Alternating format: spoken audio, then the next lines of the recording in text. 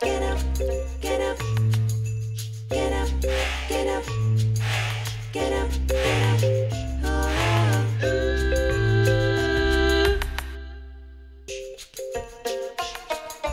Get up, get up, get up, get up, get up, get up. Oh.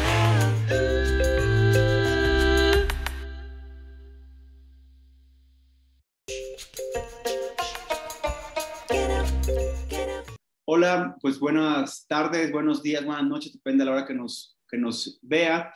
Pues hoy empezamos una serie de charlas en Elefante Blanco, en este medio digital en Tamaulipas, que habla sobre Tamaulipas, pero también sobre otras regiones del noreste y estados vecinos con Tamaulipas, que comparten realidades pues convulsas y realidades que en esos últimos 12, 15 años han transformado la vida de muchas familias, de muchas mujeres y muchos hombres de este país. Y bueno, hoy empezamos esta serie de charlas con personajes importantes para la vida social, para la lucha por los derechos humanos, con Graciela Pérez Rodríguez. Graciela Pérez Rodríguez es una buscadora, es una figura importante para el noreste de México y también para el país, como alguien que ha impulsado cambios importantes en la búsqueda de personas desaparecidas y no localizadas en México. Lamentablemente, Graciela entró a esta vorágine, a esta vida de buscadora el 14 de agosto de 2012, cuando en la carretera que viene desde la frontera de Estados Unidos hacia adentro de México, específicamente a la altura del Mante, Tamaulipas, allí su familia, su hija Milinal Piña Pérez, sus sobrinos José Arturo, Alexis Domínguez Pérez, también Aldo de Jesús Pérez Salazar y su hermano Ignacio Pérez Rodríguez fueron desaparecidos por un grupo armado que, bueno, por la información que hay, por la investigación que ha hecho Graciela y también su hermana, pues bueno, son grupos vinculados con el crimen organizado, específicamente con los Zetas. De esto, que ya conocemos de la historia de Graciela, bueno, hablaremos esta jornada con ella sobre su camino en el territorio de Tamaulipas. Graciela, ¿cómo estás? Bienvenida a Elefante Blanco. Hola, Carlos Manuel, muchísimas gracias por darme este espacio y pues mucho éxito en este nuevo medio de Elefante Blanco. Agradezco la oportunidad para hablar nuevamente de nuestro caso y visibilizarlo también. Muchas gracias. Graciela, como le decíamos, el 14 de agosto de 2012 comenzó esta otra forma de vida, pero nos gustaría, Graciela, para empezar esa entrevista, que nos contaras cómo era tu vida antes del 14 de agosto de 2012. Bueno, mi vida antes del 14 era llena de proyectos y trabajo. En realidad, somos una familia pues normal me refiero a que cada quien esté en su casa, tiene sus trabajos, tiene proyectos de vida, ocupada uno en los hijos, en mi caso con mi hija, es mi única hija, ella estaba por comenzar, era verano, y iba a comenzar el segundo año de secundaria. Yo estaba trabajando, tenía muchos proyectos, y realmente me dedicaba a ella. Entonces, mi vida en Tamuín, San Luis Potosí, de donde somos originarias, nos la pasábamos tranquilas en familia y de la manera más pacífica que se puede hacer, tan pacífica que podíamos salir a todos lados y creyendo las historias que se veían en la televisión o en los medios o en los periódicos, así como que muy lejanos, como que sí, es en Tamaulipas, pero como si Tamaulipas estuviera lejísimos de donde estamos y no hacíamos realmente caso. de lo que estaba sucediendo alrededor del país, porque no éramos los primeros. En el 2012 ya habían pasado algunos años, ya había movimientos de desaparecidos que nosotros veíamos como muy lejanos, y nosotros estábamos como, bueno, yo particularmente y mi hija, viviendo nuestra vida, viviendo con la idea de seguir adelante. Mi hija tenía todo resuelto, ella quería ser chef los fines de semana y quería ser pediatra de lunes a jueves, siempre incluyéndome a mí para que yo me dedicara el fin de semana al restaurante que ella iba a poder y yo lo iba a atender. Entonces sí, teníamos un proyecto de vida, y mucho trabajo, pero hasta ahí. O sea, nunca nos imaginamos lo que nos deparaba el destino. Graciela, ¿cómo ha sido tu caminar? Digamos, ahora comentabas esto, ¿no? De que ya para 2012, esta fecha en la que tu familia desapareció, tu hija, ya había una serie de hechos terribles en Tamaulipas, hechos que han marcado, digamos, la historia moderna de México, como las masacres en San Fernando, como ya muchos eventos muy, muy violentos en carreteras, en municipios. Pero este ejercicio que tú hiciste, para eso, para el 2012, ya había también una cantidad registrada de desaparecidos, denunciada, que bueno, con el registro que hay ahora es mínima, ¿no? Ahora en 2021 hay más de 11,000 personas, aproximadamente 11,400 personas registradas, denunciadas como personas desaparecidas o no localizadas. Para ese momento en el cual tú te enteras que tu familia no aparece, ¿cómo fue el iniciarte en la búsqueda? Ese proceso que es de acción y que de pronto se ha transformado, imagino, que a lo largo de los años. Bueno, el simple hecho de que la realidad se acerca a ti, la realidad de lo que está ocurriendo en el país, la realidad de darte cuenta de la inseguridad en la que el pueblo mexicano vive y que nosotros nos sentíamos seguros, entre comillas. Bueno, es un shock que tardas en reaccionar. Y también darme cuenta, yo estudié en Tamaulipas, estudié en Tampico, Tamaulipas, la universidad, pero solo fue estudiar en Tamaulipas y regresarme, ¿no? A San Luis. Pero para mí Tamaulipas era solo, después de la universidad, era como nuestro paso hacia Estados Unidos, y nuestro lugar más cercano a Tamaulipas era Tampico. La carretera hacia la frontera era solo la carretera, y mientras no te pararas en ningún lugar parecía que estabas segura. En ese sentido, nosotros creíamos sentirnos seguros.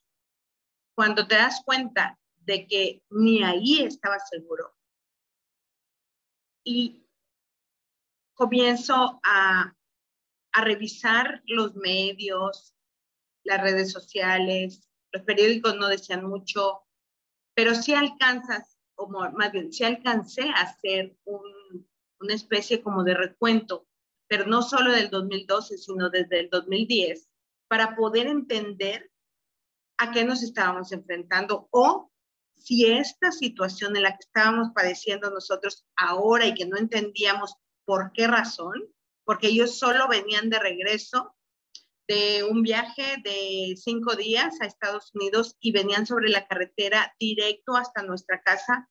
No entendíamos qué estaba pasando.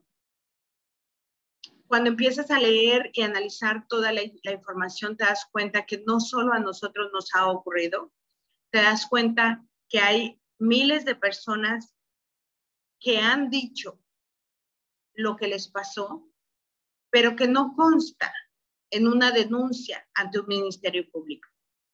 Y ahí te das cuenta la falta de credibilidad que hay en la institución, por lo menos en Tamaulipas. Para mí, Tamaulipas era un nombre y no conocía Ciudad Victoria, más que cuando fui a sacar el título. No conocía Ciudad Mante, donde pudimos verificar que fue la última llamada.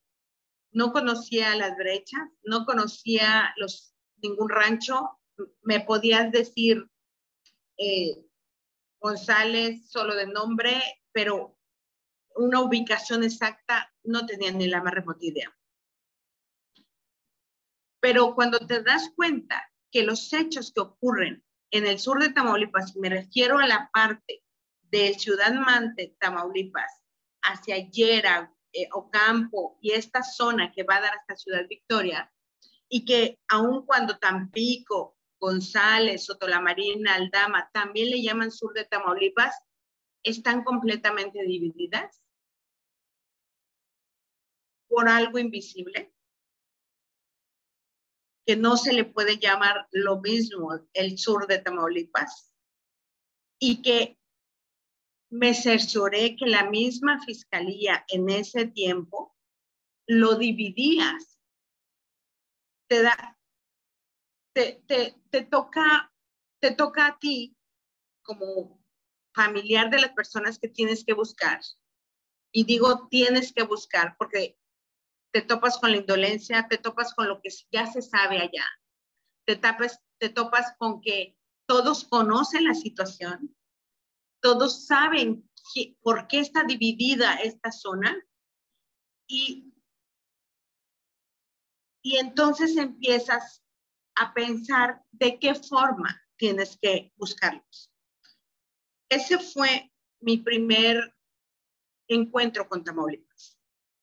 El darme cuenta que existían miles de familias que tenían miedo de acercarse a las autoridades, y tenían toda la razón, porque no existía ni la más mínima intención de buscar a los desaparecidos. Y estoy hablando de la Fiscalía del Estado. Y no dista mucho de la Fiscalía General. Bueno, antes era Procuraduría General de la República. Que si bien son delitos federales, que todavía no entendíamos en ese tiempo por qué eran delitos federales y delitos del fuero común y en dónde estaba nuestro caso, la lucha por hacer esta también diferencia y poder hacer entender que ellos solo venían camino a casa, en carretera, en un vehículo, 5 personas, y no podían haber desaparecido de la nada de un vehículo y 5 personas, cuatro personas y una niña. O sea, era impensable. Y la Procuraduría General de la República tampoco tenía una intención, porque mencionar a Mante era como, ahí no se dan los grandes delitos, se dan en el otro sur de Tamaulipas, Tampico, en esa zona. Entonces, nos damos cuenta que lo que buscan ellos son perpetradores. Y como no existía el delito de la desaparición, tampoco teníamos mucho que hacer. Ahí es cuando tuve que hacer un recuento de eventos violentos, así crudos, para poder hacer que cada quien hiciera lo que debía de hacer. Porque yo no sabía si militares, marinos, Sedena, Policía Federal, Procuraduría General de la República, Fiscalía del Estado, entonces Províctima, Gobierno Federal, Gobierno de Tamaulipas, yo no sabía quién tenía que buscar a los mismos. Caminé en todas las oficinas que me dijeron, a todas fui. porque no había y sigue pasando lo mismo, aún a pesar de haber una comisión nacional. Sigue pasando lo mismo, las familias todavía tienen que estar caminando, buscando a ver a dónde. Todavía ocurre, en menos medida, pero sigue ocurriendo. Cuando te das cuenta de eso, no te queda más que tomar la sartén por el mango y comenzarlos a buscar. Porque entonces te predisponen a decir, cuando tú te presentas con ellos, ¿qué información me trae? ¿Qué más supo? Los de México, porque te das cuenta que ellos no van a bajar nunca acá, por lo menos en ese tiempo. No iban a bajar nunca al Mante. ¿Por qué? Me lo dijeron en mi cara. Eran delincuentillos locales. Entonces yo lo único que hice fue bajar unos videos que circulaban aquí de uso común de la sabia calle, como aquí le llaman, y ponerles una presentación en México. Estaba en policía de investigación, en la Policía Federal, y mostrarles quiénes eran y cómo sabían quiénes eran. ¿Por qué? Porque no iban a entender de otra forma. Pero eso me lo hizo también saber la Fiscalía del Estado, porque la Fiscalía del Estado me dijo que yo tenía que irme con marinos militares porque esto estaba muy peligroso y ellos no salían a buscarlos. Ese fue el primer shock. Bueno, ese ya fue como el segundo o tercero. Y si te acercas a una institución que supuestamente es noble, como una províctima, donde se supone que te tienen que atender, te tienen que tratar, sí, me atendieron muy bien, me trataron muy bien, pero ellos no los iban a buscar y yo no entendía eso. Porque yo lo que quería era que salieran a buscarlos. En ninguna institución salían a buscarlos. Nadie iba a salir a buscarlos. Entonces, la ventaja fue que siempre hay alguien de los mismos servidores públicos que se enfrasca en el caso, se sensibiliza quizás por el dolor de uno y siempre hay alguien que siempre hay alguien que dice, desde donde yo estoy, aunque no es mi competencia, haré lo que pueda. Con eso me conformaba. Me conformaba con que pusieran un volante, porque mandé a hacer miles y miles, carteles por todos lados. Con eso me bastaba.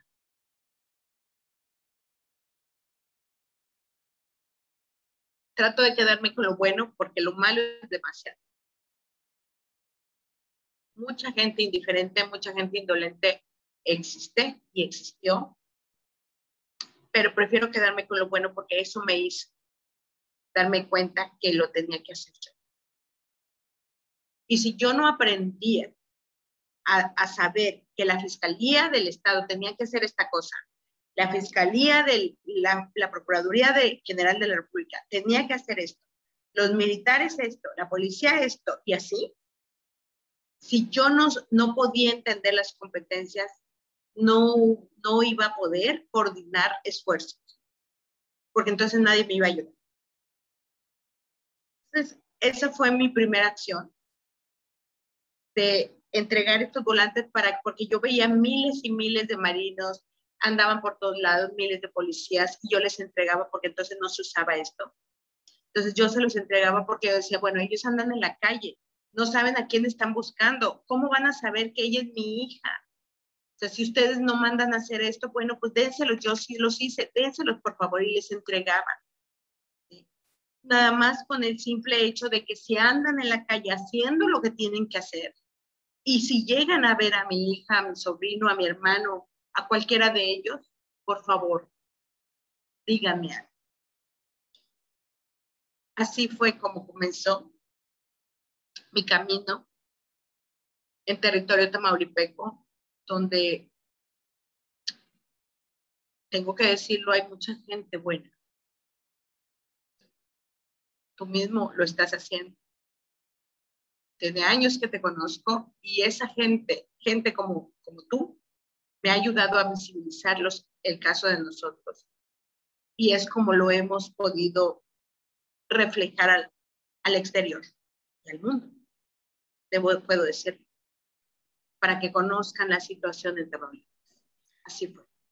Graciela, hay justo lo que ahora nos comentas, de esta experiencia de tener que recabar la información, es como una historia ya colectiva de muchas mujeres y muchos hombres en el país que han tenido que hacer la investigación por ellos mismos, porque la autoridad, como tú lo dices, en ese lejano 2012, 9 años, ni siquiera el delito estaba tipificado, o sea, no existía un delito llamado desaparición forzada por particulares como existe ahora o por integrantes del Estado. Y bueno, también, como lo comentas, el hecho de empezar no nada más a buscar, sino a conocer qué puertas tocar, a conocer de leyes, a inmiscuirte más allá de el ir a un territorio, preguntar, mostrar la foto de tus familiares, de tu hija, y tratar de buscar todo eso. ¿Cómo se transformó, Graciela?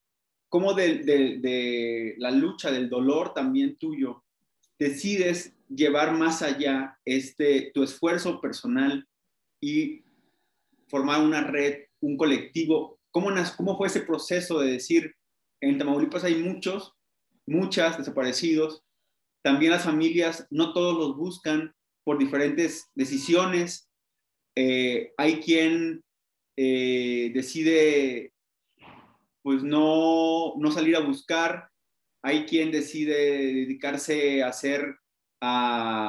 digamos, a hacer presión desde otros lugares políticos.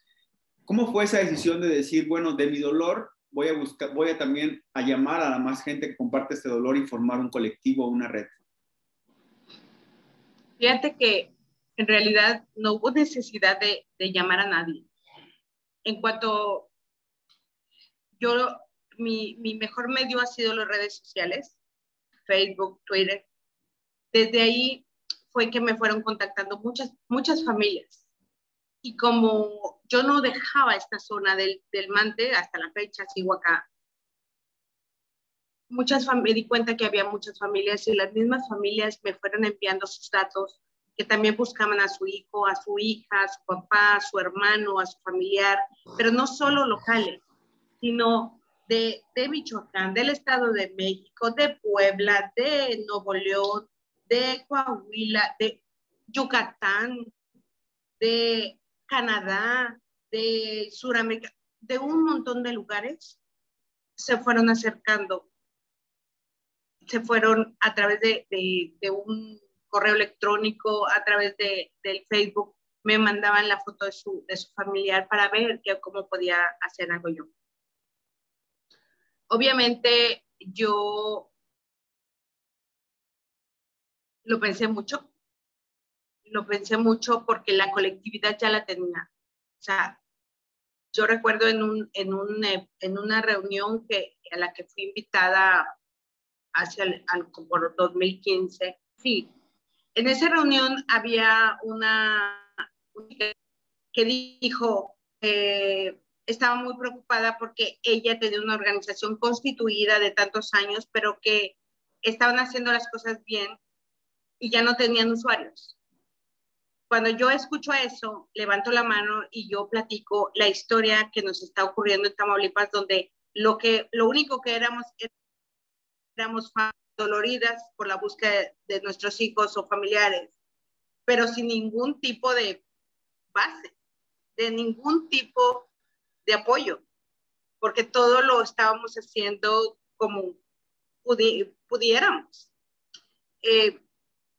Todos se quedaron sorprendidos porque ni siquiera habían escuchado a Tamaulipas. Creo que de México lo único que se oía, creo que San Fernando, Ayotzinapa después, y algunos casos del movimiento de desaparecidos. Pero de ahí, no es cierto, por la paz, movimiento por la paz, creo. Dignidad, sí. Pero no era así como en qué parte decían México, pero no decían Tamaulipas, ¿no? Y no entendían en dónde estaba. Tuve que explicarlos vía casi con mapa, ¿no? Ahí me doy cuenta que tenía que hacer algo para que pudiéramos nosotros trascender en las búsquedas. Trascender, y yo no sabía que, porque yo ya hacía desde el 2012, comencé a hacer búsquedas en campo, pero no era como decir, vamos a ir todos a campo. Era sobre mi caso, y si en el caso encontrábamos similitudes a lo que yo me habían platicado mis compañeras, era que se unían. Y entonces, no, pues en ese sitio a lo mejor aquí pueden encontrar algún que ahora le llamamos análisis de contexto, muy elegante, ¿sí? Yo lo que les comentaba entonces a las fiscalías era que teníamos que unirnos y no se tenía que hacer la búsqueda por expediente, que se tenían que unir los casos, por lo menos en esta zona, de los que habían desaparecido y las formas para ver patrones y poder saber y encontrar a más desaparecidos, ¿no?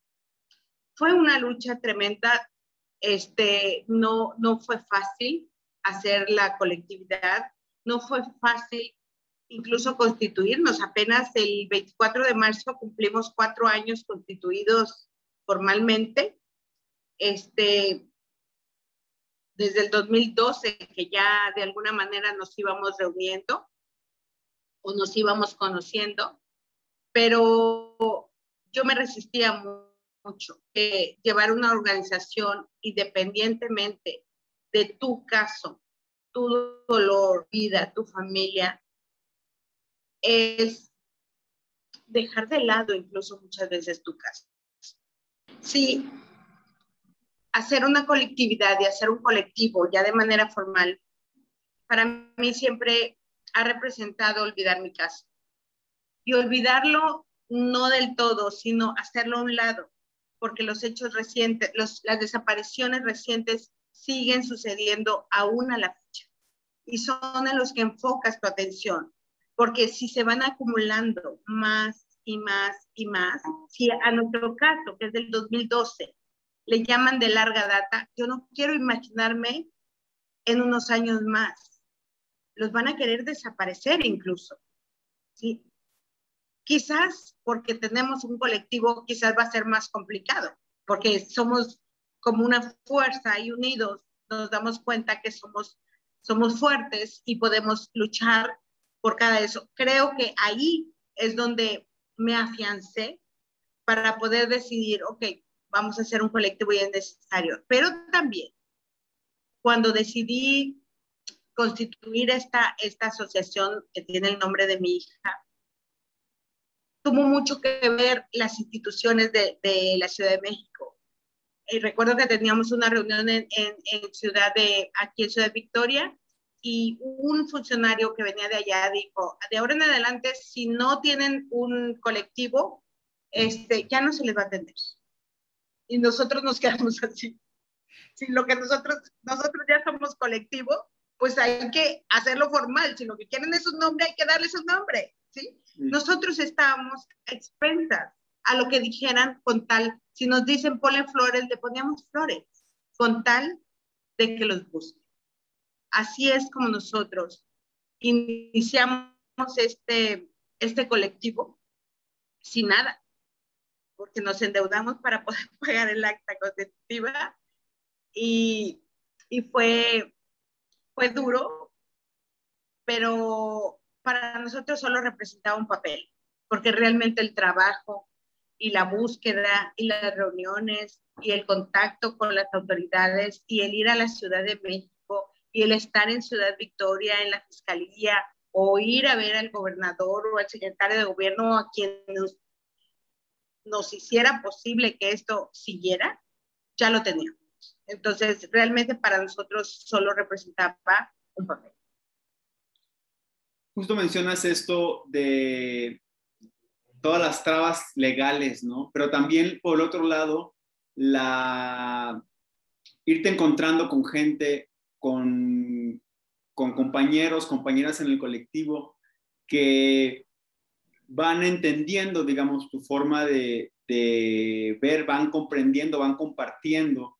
Un poco hablarnos sobre Milinali Red y sobre la particularidad de este colectivo que hace búsqueda en campo, en condiciones, en lugares muy fuertes, digamos, y un poco háblanos de cuánta gente lo está integrando y los trabajos que están haciendo actualmente en Tamaulipas.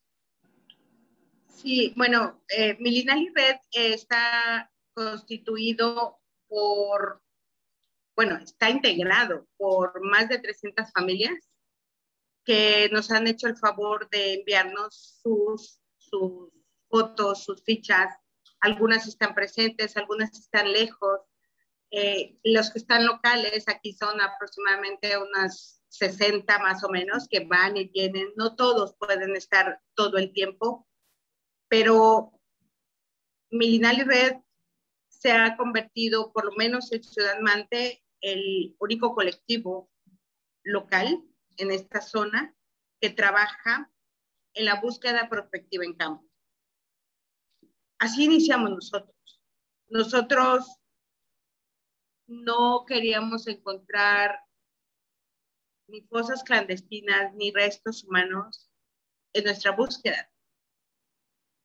En base a información que se nos fue haciendo llegar a través de las entrevistas con algunas personas que ya fueron detenidas, con la información que las mismas familias ya tenían de algunos sitios de que se dice esto y algún croquis de alguna persona que estuvo detenida que pudo haber dicho, y teníamos esa información, y con el tiempo, con los años que nosotros ya llevábamos haciendo este análisis de la información y de la radiografía que teníamos de la zona, nos fuimos encontrando con estos lugares. Nosotros primero pensábamos que se trataban de casas de seguridad donde podían estar ellos, donde los podíamos encontrar, donde podíamos encontrar alguna evidencia de donde estuvieran ellos. Lamentablemente, nos fuimos encontrando primero en el 2012 con fosas clandestinas. El primer hallazgo fue con fosas donde había cuerpos completos, pero en el 2013 cambió totalmente el contexto y empezamos a encontrar montículos, que son como montañitas de ceniza que aparentemente cualquiera pudiera ver y decir, ahí hubo una fogata y ahí alguien, un jornalero, porque era lo que se decía entonces, un jornalero vino, hizo ahí su lumbrecita, su noche, calentó y pues ya. Pero cuando revisas bien y después más adelante te encuentras un tambo incinerador. Ayer encontramos precisamente un tambo incinerador en uno de los sitios. O sea, te vuelve otra vez la idea de que mutaron la forma de desaparecer. Al mirar todo eso, nos dimos cuenta que estos lugares no son ni casas de seguridad ni campamentos, son sitios de exterminio. Y sobre todo porque en un mismo sitio de exterminio puedes encontrar no solo el campamento, no solo donde vivían, no solo el campamento donde adiestraban, no solo el lugar donde los torturaban, sino también el lugar donde los quemaban. ¿Sí? Entonces, un sitio de exterminio nosotros lo identificamos de esa forma, e incluso puede haber fosas clandestinas.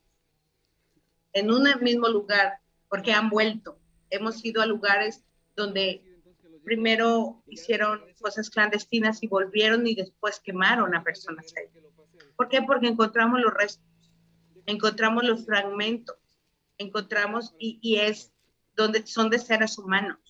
No sabemos quiénes son y es complicada esa parte, pero nosotros comenzamos con esta búsqueda, por eso le llamamos así, porque para nosotros, mientras las fiscalías decidían en salir a buscarlos, nosotros lo que hacíamos era encontrar los sitios, encontrar los lugares y decirle, mire lo que encontramos, tiene que venir con nosotros.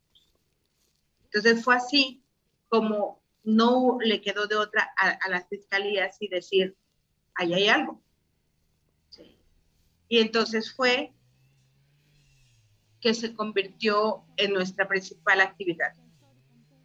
Hasta la fecha porque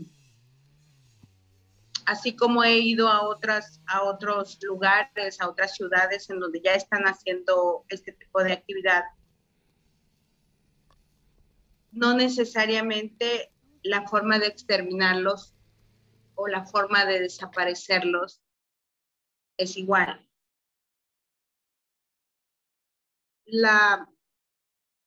Por lo menos en esta parte del sur de Tamaulipas, estas personas no solo los desaparecieron, trataron de exterminarlos. Pensaron que nadie los iba a encontrar, estos sitios, porque son de lo más recóndito que te puedas imaginar. Había una teoría de un ministerio público, recuerdo mucho, de la Federación, que me decía que estos delincuentes, si vivían allí en ese tipo de zonas boscosas, en el monte o lo que sea, no pueden vivir sin agua. Y por lo tanto siempre debía de haber un río. Pero aquí en esta zona hemos encontrado todo tipo de contraste y no puedes definir que puedas encontrar un sitio solo donde hay un río. Lo tenemos claro nosotros, por eso no descartamos ningún lugar, por eso vamos a todos los lugares y casi en todos los lugares nosotros llevamos documentados más de 50 sitios de exterminio, de los cuales pues totalmente hemos terminado completamente como 3. Los demás se han intervenido de manera no completamente, solo levantando lo principal, pero estamos en el proceso de eso, de concluirlos. Todos.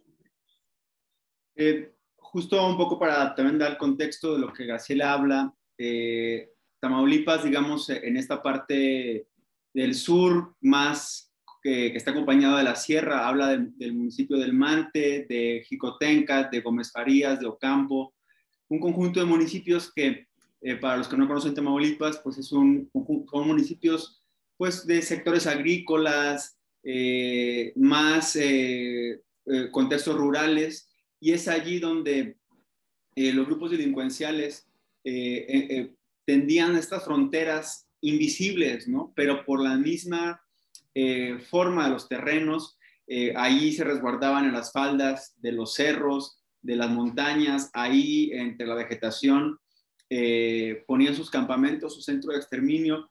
Como dice Graciela, muy complicado nombrar que esto ha pasado en Tamaulipas, pero es una realidad que a lo largo de los años se ha comprobado de ciertas prácticas que no nada más tendían al asesinato de personas, sino a borrar el delito, que en este caso es borrar el cuerpo. Pero también, Graciela, en este sentido, ustedes han desarrollado un protocolo también, es decir, es una vez más volver al tema de cómo han transformado este dolor, esta angustia, en un documento que es un protocolo de búsqueda en estas zonas. Y justo lo que mencionas, algo que la gente tal vez no conoce muy bien, esto de las búsquedas prospectivas, cuando dice Graciela, es simplemente internarte a un terreno a ver qué encuentras. Puede ser que encuentres, puede ser que no encuentres, pero claro que con la experiencia que tiene los integrantes de Milinal Red, pues ya saben cuáles son los señales en el territorio, cuáles son los señales entre la vegetación que pueden dar alguna muestra, alguna particularidad en que ahí pudo haber sido un terreno que usó el crimen organizado para desaparecer cuerpos, para matar personas. Y bueno, un poco cuéntanos, Graciela, de esto, porque ha sido también un proceso largo de experiencias, de ir por el estado, no nada más en el Mante, sino Graciela ha acompañado otras búsquedas en territorios tan fuertes como es la frontera chica de Tamaulipas, la ribereña. Pero cuéntanos de este protocolo que presentaron el año pasado. Sí, bueno, nosotros, después de al hacer búsqueda prospectiva, nos dimos cuenta que cuando te haces un hallazgo, y esto es estos sitios de exterminio y lo que hay dentro de los sitios de exterminio, se nos complicaba, sobre todo siempre pensando en como colectivo ciudadano, ¿cuál va a ser tu actividad ahí?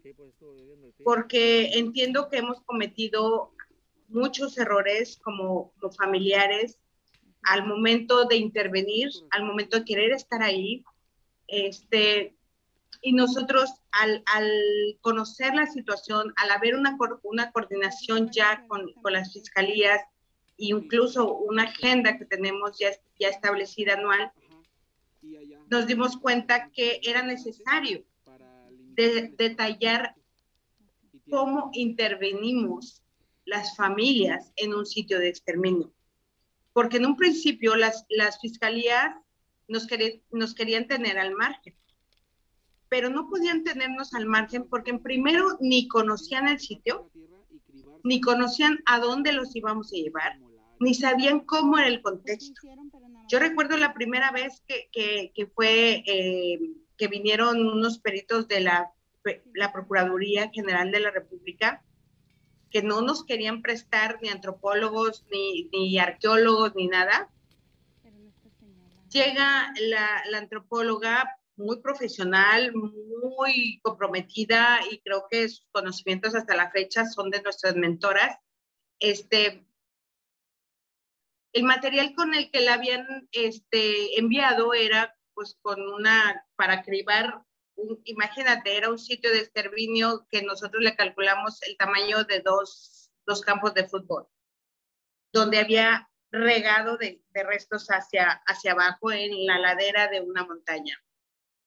Y ella con un tipo colador del tamaño de una pizza grande y plano.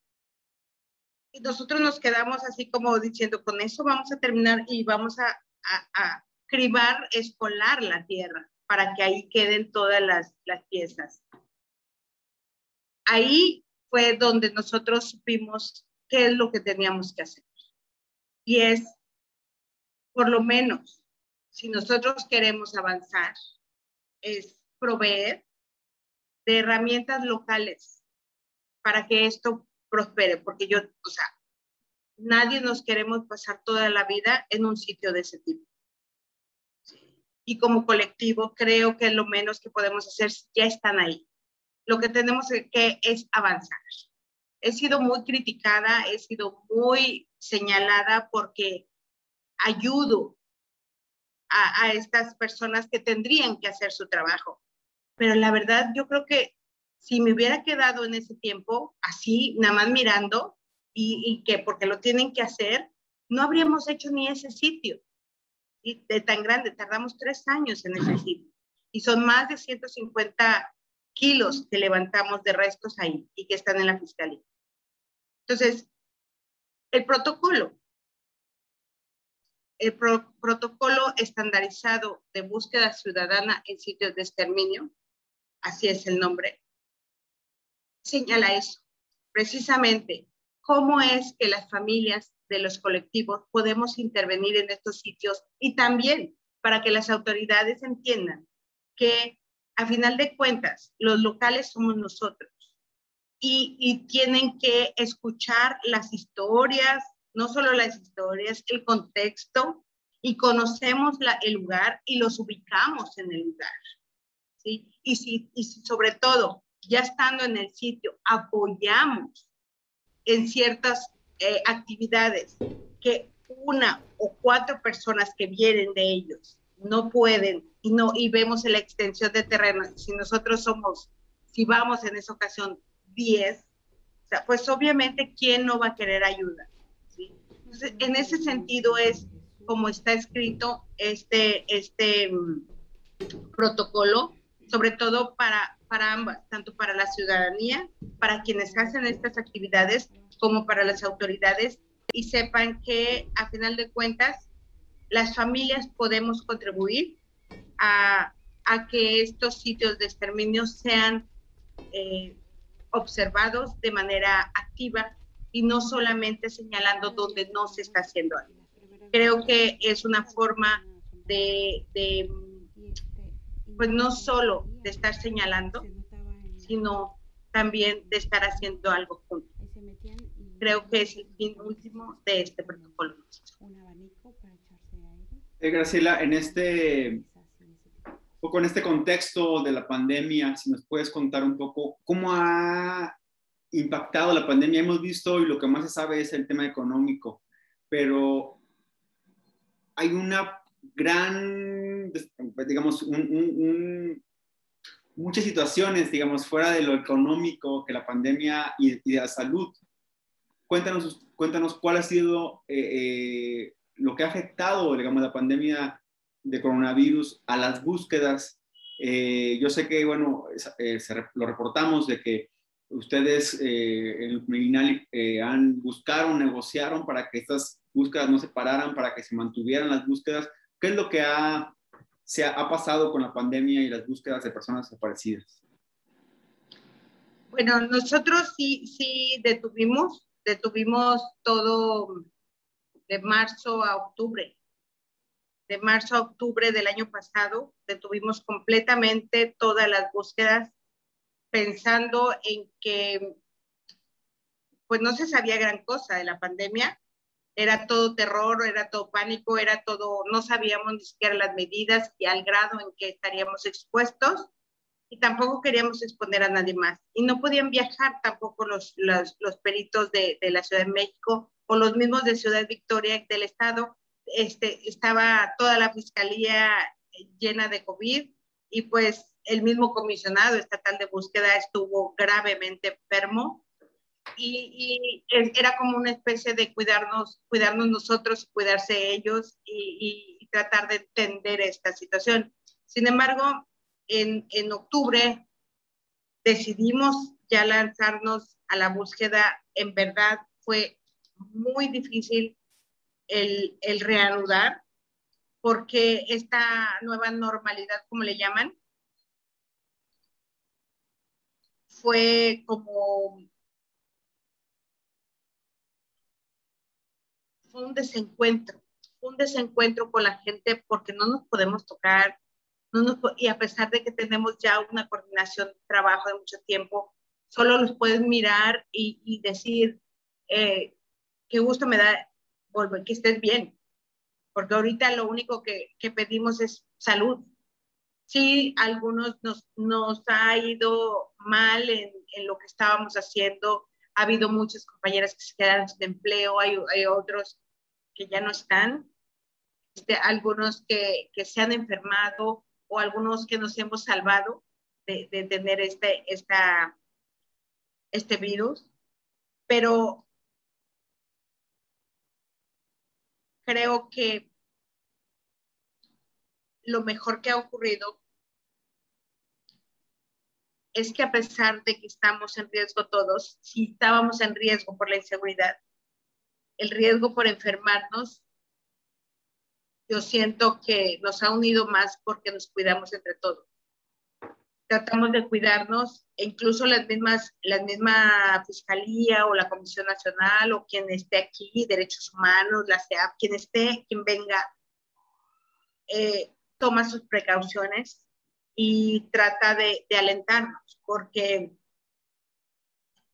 ellos también están corriendo el riesgo para poder ayudarnos y que no se detengan las búsquedas, porque esto es algo por nosotros. O sea, nosotros no podemos seguir esperando a que incluso el virus se quite para no seguir buscando a los nuestros, porque ellos nos siguen esperando. Y a mí me sorprendió mucho ahora que regresamos en octubre. No es cierto, con el Estado regresamos en este año. En octubre regresamos con la Fiscalía General, pero en este año regresamos con la Fiscalía del Estado, y fueron muchos meses que regresamos al sitio donde ya tenemos 2 años, creo que tú conoces, y los sitios que estaban pendientes después de casi 6, 9 meses y que estaban señalados con un banderín, ahí siguen los restos. ahí siguen, esperándonos para levantarlos y llevarlos. Ya es una como, nosotros sabemos que ellos nos van a esperar. Y así haya virus, así haya pandemia, así haya lo que haya, nos están esperando para levantarlos y llevarlos a un lugar digno para ser identificados y entonces ser devueltos a casa. Así. Graciela, para ir cerrando, creo que es importante mencionar y que nos des tu opinión sobre cuál es para ti el papel y la actuación que están teniendo tanto el gobierno federal como el gobierno estatal en este tema de desapariciones. Hemos visto que, bueno, hace poco se intentaba crear esta reforma de la ley orgánica de la Fiscalía acá en la República que afectaba directamente a la búsqueda de personas desaparecidas. Vemos también que los esfuerzos en el Estado de pronto parecen pequeños ante un problema tan grande que de más de 11,000 personas desaparecidas y que la mayoría son de 2010 a la fecha, es decir, que hay muchos casos que este año cumplen 10 o este año cumplen 11 años de desapariciones. ¿Cuál es tu, digamos, tu opinión, tu corte de caja en este momento de la actuación del gobierno federal, del estatal, digamos, como los dos principales responsables de atender esta urgencia humanitaria? Sabemos que los municipales, cuando menos, no estorban, cuando más ayudan en algunas cosas, pero ¿cuál es tu opinión de esta actuación de los gobiernos? Fíjate que son dos cosas completamente diferentes. Mientras, por un lado, el estado de Tamaulipas, si bien el gobernador nos recibió una vez en lo que fue de su tiempo o ha sido su tiempo aquí como gobernador, por lo menos ha permitido que la Fiscalía del Estado haga proyectos como los panteones forenses, nos siga apoyando a muchas familias y a muchos colectivos del Estado a hacer búsquedas. Se instaló la Comisión Estatal de Búsqueda, se han hecho esfuerzos porque se siga incrementando el recurso para que se siga buscando a los desaparecidos. Pero el número es enorme. O sea, como bien dices, los esfuerzos sí se han visto, pero son mínimos. O sea, ha sido muy lento. Tan lento que te puedo decir que de mi expediente no he podido tener una revisión de expediente. Y también tiene que ver porque son un montón de miembros los del colectivo y a mí me pasa que agendo a todos y yo me quedo al final y cuando ya me quedo para la siguiente ronda, pues ya hicieron otras rondas y yo ya estoy quedando fuera y el caso es que no he podido ni siquiera ver cómo va mi expediente, o sea, a ese nivel. Porque el número de ministerios públicos sigue siendo el mismo, están rebasados, ¿sí? No hay mucha gente y se ha enfocado mucho en la parte de identificación. Hay quienes señalan que buscar muertos es como la prioridad o buscar los muertos es como la prioridad. Hemos sido señalados, a nosotros nos dicen los buscadores de huesitos. ¿Sí? Pero ante una realidad como Tamaulipas es imposible no hacerlo, porque a donde vas encuentras, a donde te mueves encuentras restos, a donde te vas encuentras cuerpos. ¿Sí? Es imposible negarlo. Sin embargo, las acciones de búsqueda en vida también se están haciendo con ahora el nuevo protocolo homologado, del cual surgió el gran conflicto con la Fiscalía General de la República. Eso allí es donde nosotros hemos visto un gran retroceso que todavía no acaba. O sea, ahorita el Senado, bueno, ahorita la iniciativa está en los diputados, pero todavía hay letras chiquitas que tenemos que leer, estamos en eso. Necesitamos seguir impulsando para que esta iniciativa no pase, y si pasa, lo que nos están tratando de acordar, ver en qué parte nos afecta, porque en realidad creo que la Fiscalía lo que menos quiere es comprometerse a seguir. Y esto es como lo viví hace 8 años, más de 8 años. Así estaba.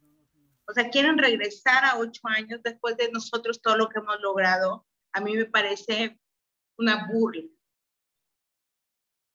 Porque a muchas nos agarran ya cansadas. O sea, en realidad 8 años se dicen fácil, pero son muchos años de lucha para vida de que se hagan cosas, para que haya una coordinación institucional, interinstitucional. Y si se logró un sistema nacional de búsqueda, ¿sí?, es que la batuta, a final de cuentas, siempre la va a tener la Fiscalía General de la República. Aunque haya una Comisión Nacional de Búsqueda, la comisión no tiene facultades ni siquiera para hacer un cateo. Si hay que entrar a un rancho, si hay que entrar a un lugar, ellos no tienen facultades. Si encontramos un hallazgo, hay que llamar a la Fiscalía. Y si la Fiscalía no tiene ese acuerdo, pues no va a entrar y no va a ir. Entonces, ¿qué va a pasar? Se va a quedar eso ahí. Ok, les llamamos actos de investigación, lo llamamos actos de investigación, pero entonces, ¿qué volvemos? A hacer una búsqueda por expediente, búsqueda de uno a uno. Entonces, eso es un retroceso. Entonces, estamos creyendo nosotros que estamos avanzando, y cuando se supone que estamos avanzando bien en las instituciones y un gobierno federal retrógrado, que nos viene a retrasar lo que nosotros estamos tratando de hacer. Y no solo hablo de la iniciativa, sino también de los fideicomisos, de este fondo de ayuda que existe, que ahorita nos trae hacia ahorcados, ¿sí?, porque nosotros no hemos parado las búsquedas. Nosotros seguimos avanzando y seguimos adelante, y Dios nos va a entender cómo. Pero así lo vamos a hacer. Así comenzamos hace más de 8 años y así lo seguimos haciendo. Pero sí, en efecto, es muy triste el darte cuenta que los esfuerzos han sido mínimos, y me queda claro que las familias, si es que me están escuchando, las nuevas familias que se integran a este tipo de tragedia, incluso están dentro de nuestro colectivo, pareciera que no estamos haciendo gran cosa. Y ellos también la están sufriendo, porque a pesar de haber tanto, a pesar de oír tanto, a pesar de que ya estamos los colectivos para apoyar, es mínimo lo que se puede hacer todavía.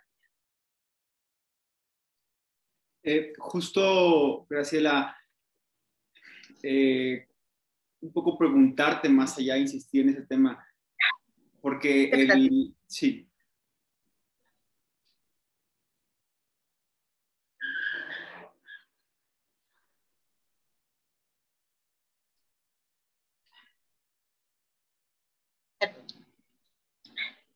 Justo, Graciela, preguntarte un poco más allá, insistir, ¿cuál es tu sentimiento, digamos, respecto a todos los movimientos, los esfuerzos por los derechos humanos en México, que pronto son cooptados por partidos políticos específicamente? Creo que es importante tener un momento de reflexión sobre eso, que tú, que lo has vivido, nos puedes decir también, porque se vive un momento de tal polarización en el país que digamos, la forma de dividir es entre buenos y malos, inclusive se ha tachado de malos a movimientos que buscan a personas, a sus familiares desaparecidos, ¿no? Fue lo que pasó un poco con el tema de los fideicomisos, que la interpretación de la gente fue claro, se estaban usando los fideicomisos para hacer corrupción, cuando había fideicomisos como el caso del fideicomiso que está vinculado bueno, que estaba vinculado a la Comisión Ejecutiva de Atención a Víctimas, que tenía otros fines y que ahora, pues bueno, como tú lo dices, se ven los esfuerzos golpeados, ¿no?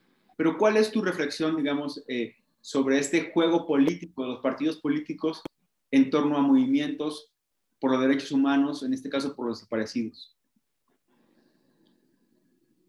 Creo que está rebasado el cinismo. Creo que ya ni siquiera una causa como la desaparición de una persona puede ser vista como tal. La esencia de lo noble que pudo haber sido esta causa se ha convertido en un botín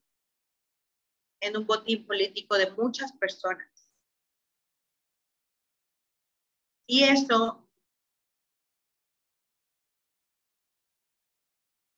nos ha lastimado muchísimo, tanto que precisamente ayer o antier me pasaban un audio donde dos personas están hablando y están como invitando a las familias que se unan a quién sabe qué grupo, precisamente de Tampico, y rápidamente me contactan para ver si yo los conozco o ya las conozco. No los conozco, ni siquiera sé. Lo peor es de que son números de Veracruz. Y ahí me doy cuenta que el cooptar más personas puede hacerte que un partido político te ayude a algo. No muy lejos estamos en San Luis Potosí, se está dando la elección del comisionado estatal de derechos humanos y no se ha podido definir precisamente porque quienes tienen la decisión son los futuros contendientes a la gobernatura del estado. O sea, los derechos humanos están en manos del partido político que esté más fuerte, ¿no? Entonces, esos no son derechos humanos. No sabemos en manos de quién. Tamaulipas, o sea, a mí me queda claro quiénes están de contendientes. Cuando en otro tiempo quizás hasta estaban en una observación de seguridad, ahorita están de forma autorizada. O sea, creo yo que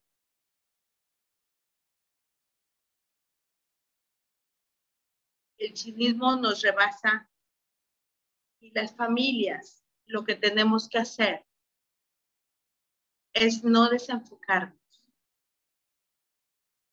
estar claros hacia dónde queremos ir y a final de cuentas es encontrar a nuestro familiar desaparecido.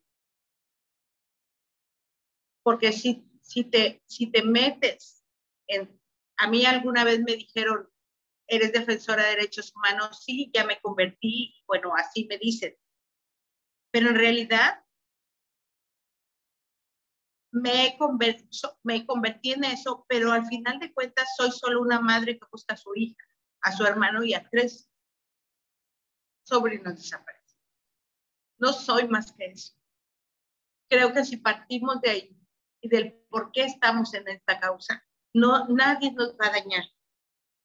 Y vamos a seguir enfocando y quien llegue, sea del color del que sea, si se sienta en la silla, va a tener que escucharnos. Así también sea víctima, así también le hayan desaparecido, pero esa persona que ya está ahí, ya gana un dinero y para eso se sentó ahí.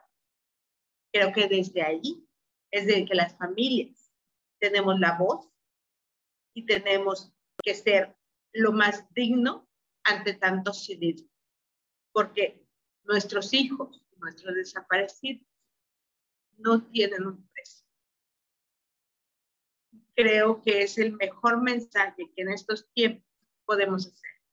Porque a ver quiénes te ofrezcan las perlas de la Virgen, que te van a llevar con el presidente de la República, que la senadora te lo va a buscar, que el diputado te lo va a buscar, que el futuro no sé qué te lo va a buscar. Mentira. Eso es mentira. Eso es mentira. Eso me queda claro. Y en más de 8 años, yo llevo 2 administraciones federales, ya va a ser el segundo gobernador, y ha sido lo mismo. Y van a ser 3 partidos. Empecé con un partido, luego el otro, y luego este. Y ya son 3 administraciones federales diferentes. Y son exactamente lo mismo. Pero no hay que desenfocar las familias. Sabemos a quién queremos y a ellos los queremos de regreso. Graciela, pues no sé si quieras agregar algo más. Creo que ha sido una plática para iniciar, pues muy fuerte, pero creo que es necesaria para conocer la realidad de Tamaulipas. Es como un punto principal conocer a las madres y los padres buscadores que están en activo, que han empezado desde hace años a organizarse y que actualmente pues están enfrentando pues diferentes embates, tanto del tema del gobierno que quiere imponer una forma de buscar, una forma de respaldar las búsquedas, como también inclusive las pugnas que puede haber en un momento dado o desacuerdos dentro de una colectividad tan dolorosa como es la que integran las familias con personas desaparecidas. No sé si quieres agregar algo más para dar pues cierre a esta primera charla. Muchas gracias porque aceptaste. Pues yo nada más agradecer el espacio y ojalá y estas pláticas, estas historias que hemos contado, por más fuertes que puedan ser, creo que lo más fuerte está pasando allá afuera. Y lo que estamos viviendo las familias desde nuestros hogares tiene que ser contado. Tiene que ser contado antes de que el cinismo de muchas personas nos ignoren e invisibilice más la desaparición de nuestras personas, de nuestros familiares. Entonces creo que es un muy buen momento para que seamos escuchados nuevamente. Muchísimas gracias. Pues vamos a terminar aquí esta charla. Muchas gracias a los que nos vieron, pero antes quiero comprometer a Graciela porque esta charla es breve. Vamos a tener otro momento para platicar de otro trabajo que es interesante, que es el trabajo de los panteones forenses. Vamos a, como lo hemos expresado, que es interesante tener este diálogo dentro del Elefante Blanco. Y bueno, pues ojalá en las próximas semanas podamos volver a platicar, Graciela. Pues bueno, con eso cerramos. Muchas gracias y esperen. Pues como le decía, seguramente podemos tener en las próximas semanas otra vez platicando a Graciela sobre otro esfuerzo que también ella ha participado de los panteones forenses que se están realizando en Tamaulipas, ya uno concluido en Miguel Alemán y otros 2 en construcción, en obras ya terminadas, pero que aún falta la parte más importante de estos trabajos. Y bueno, pues Graciela, agradecerte otra vez y estamos en contacto aquí en Elefante Blanco. Sí, cómo no, las veces que quieras, bienvenido y muchísimas gracias, mucho éxito, Elefante Blanco. Un abrazo. Gracias, Graciela. Un abrazo.